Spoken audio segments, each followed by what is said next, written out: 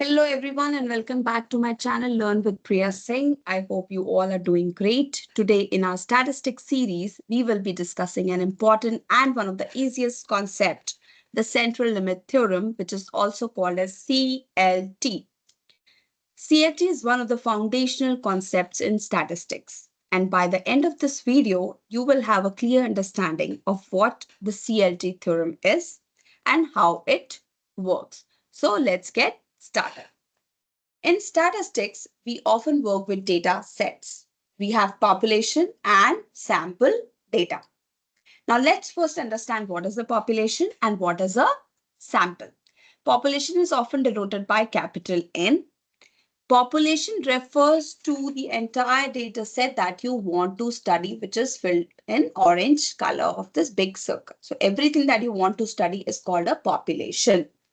Then what is a sample? Sample is a small subset of population that we use for our analysis. So it happens when you have a big population, it is not easy to study the entire population and get some business data-driven decisions out of that, some insights out of it. So you pick up random samples.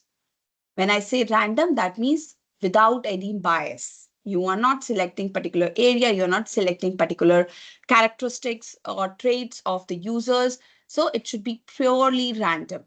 Okay, so I hope till now you have understood the difference between population and sample.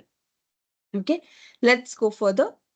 So now we have talked about population and sample. Third thing that you should know before I dig into the CLT is the normal distribution.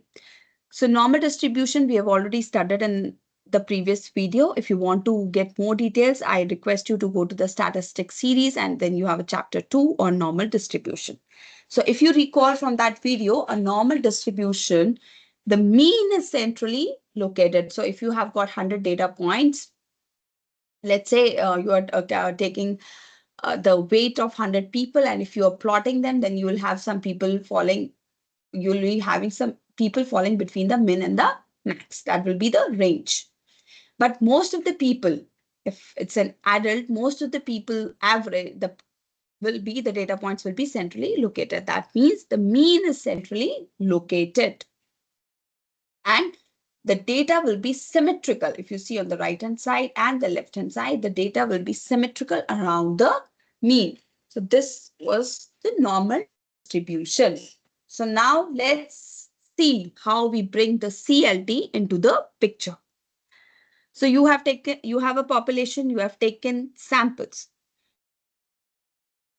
For this particular use case for CLT, whenever you are picking a sample, you have to ensure the sample size is big enough so that it gives a authentic output to you. Okay, so sample size has to be always greater than equal to 30 while you are picking the samples from the population.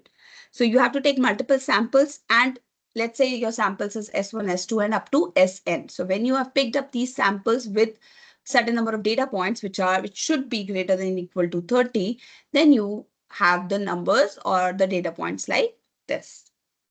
Now the samples are collected, the data points are collected. The next thing that we have is to take the means of the samples collected. So here we have samples. The mean is always denoted by x bar equal to mean.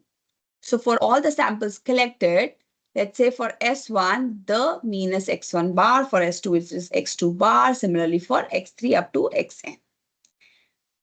Now, once you have calculated the mean of all the samples, here is the key idea in CLT.